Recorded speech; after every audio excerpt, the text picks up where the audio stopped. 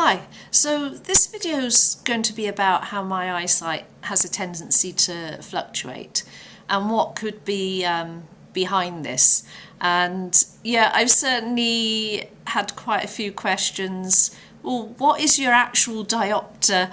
And I can't give a straight answer because it honestly does change quite a bit.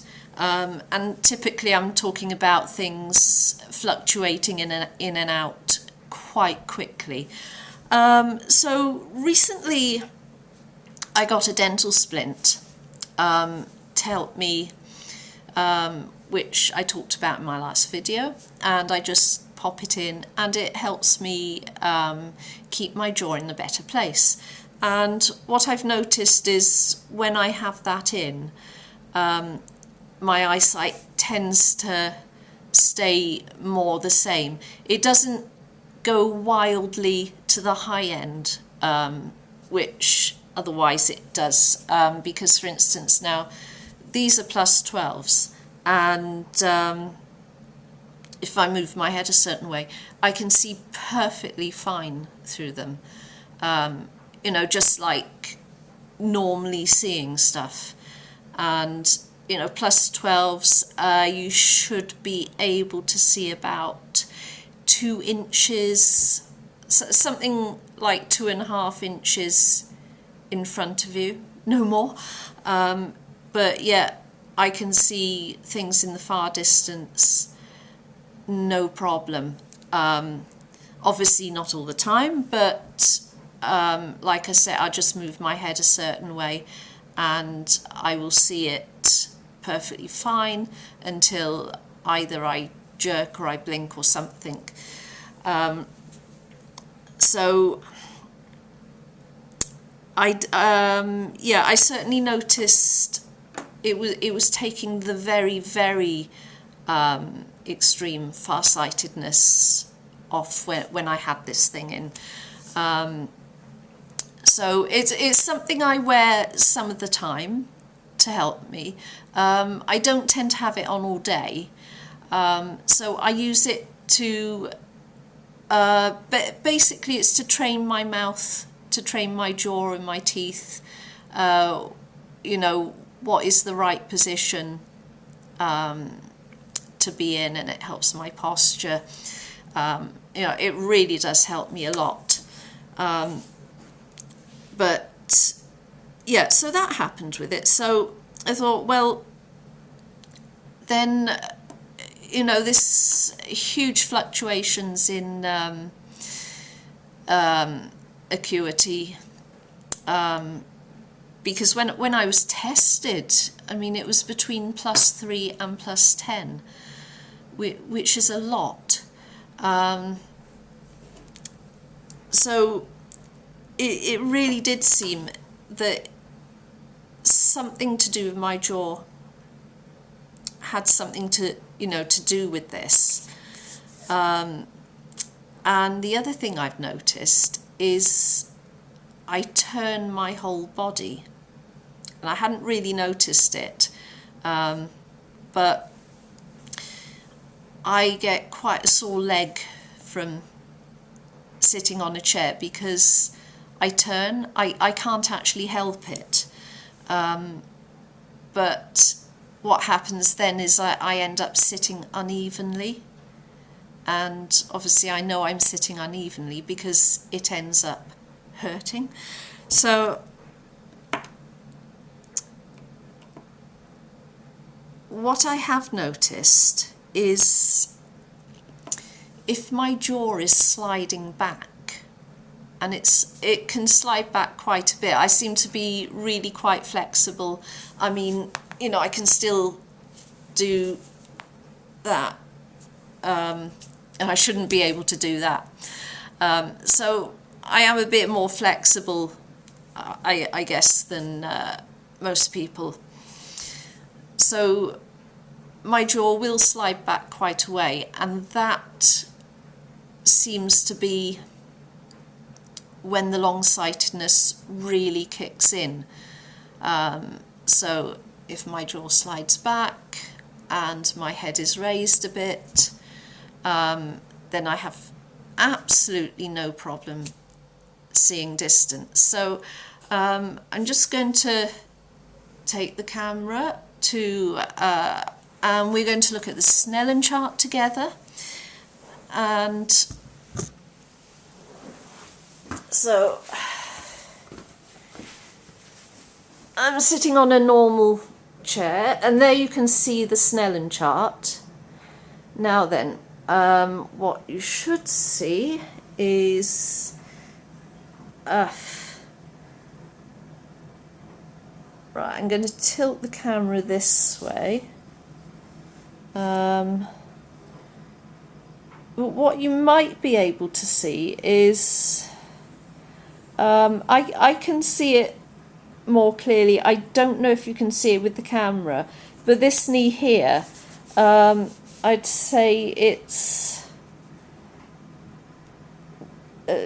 nearly an inch in front of the other knee, and this is how I normally seem to sit, and I hadn't realised this, so that's something I'm working on. So here is the Snellen chart.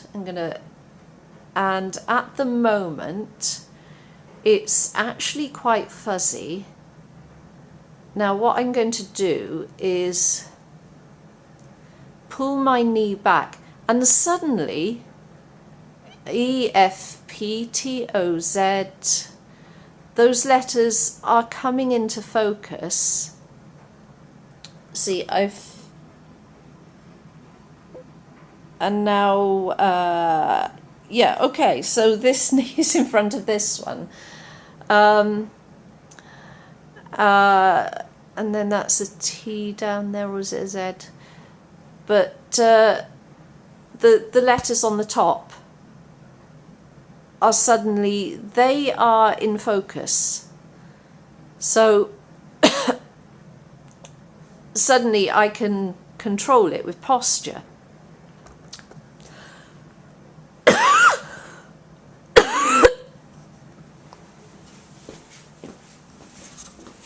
So yeah,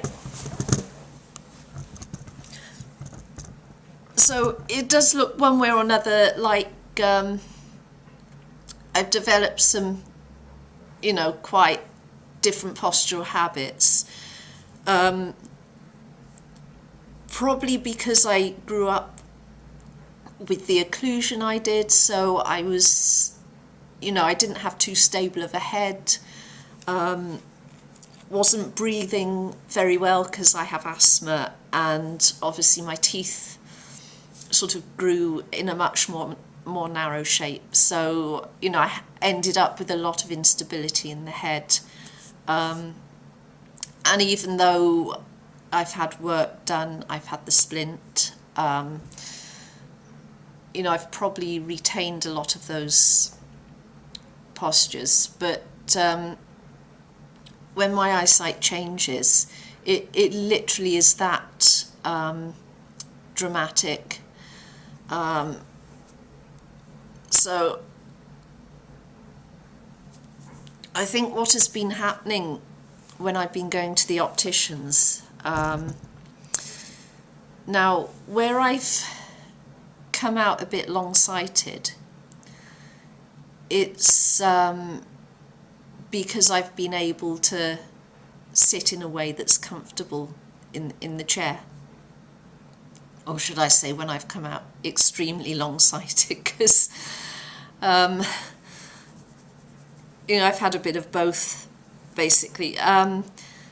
So that's been with two different opticians. Now, usually you have to sit back in the chair, and what happens then is your jaw comes forward, and I'm kind of noticing when my jaw comes forward a bit, for instance when I'm tipping my head down, say if I'm reading something, or if I'm looking at the floor, because I'm a cleaner, I've got to look at the floor, you know, to see if where the dirt is, obviously. So that's when I become less long-sighted. But if I'm tipping my head maybe a little up, I don't necessarily need to tip it back, but if my jaw kind of falls a bit back for any reason, then again suddenly I become really quite long-sighted. But obviously this is not how it is in the opticians. And when I'm using the autorefractor, I think that may be the worst of all, because you have to put your chin on a rest, and I naturally bring my jaw forward so that my teeth can rest together, my front teeth can rest together, which gives me enough room in the rest of my mouth. So neither in the optician's chair, as you would normally sit in it, or with the autorefractor, am I in a normal or comfortable position where I'm going to be seeing, let's say, what I normally see. So, and I don't know if that would just be me, or whether, I mean, it would be other people as well. And given that the autorefractor, this does tend to knock off a diopter from people's normal, whatever your normal prescription would be. So, you know, it can sort of send normally sighted people into minus figures, which isn't good. You know, when they were never minus figures to start with. But yeah, that is some of the problems that I encounter, obviously going to the optician then. And obviously because a little bit of motion in the body or in the jaw produces such huge changes for me. Obviously those things are not evident when I'm having the standard eye test. So, you know, it is really, really difficult trying to say this to the optician when I go. But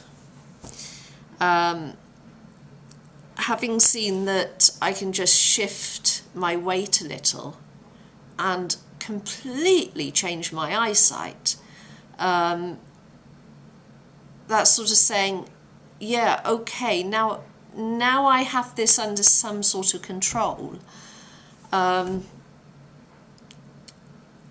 So that should help me, you know, communicate better with an optician and to see a little bit what's going on. Because, I mean, I may always have a situation where my eyesight fluctuates depending on posture, and yeah, what can we do about that, you know, about that? That's you know, the most comfortable thing, and you know, gives the optimum you know, that gives me optimum functioning. So yeah, so yeah, that's about all I got to say on that. If you've had any sort of experiences like I've just described in this video, I would so love to hear from you, because I kind of feel like I'm the only one out there who's had this, but I don't think that can be the case. So yeah, if you do get fluctuating eyesight like I do, yeah, please drop a comment below, because it is really helpful to share, and obviously maybe other people will see your comments and like, oh yeah, I get that too, and yeah, it'd be nice to share that. So yeah, please like, subscribe, and hope to see you in my next video.